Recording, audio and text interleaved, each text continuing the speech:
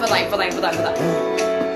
அந்த அறிவை போல் அன்பு தருவாரே சின்ன அறிவிப்பும் என்று சுடுவாரே நீயும் தும்மிரடி ஆயுசு நூறாக என் உயிர் உன்னோட பொத்தி வச்சுட்டாலே என் பார்வை உன்னோடு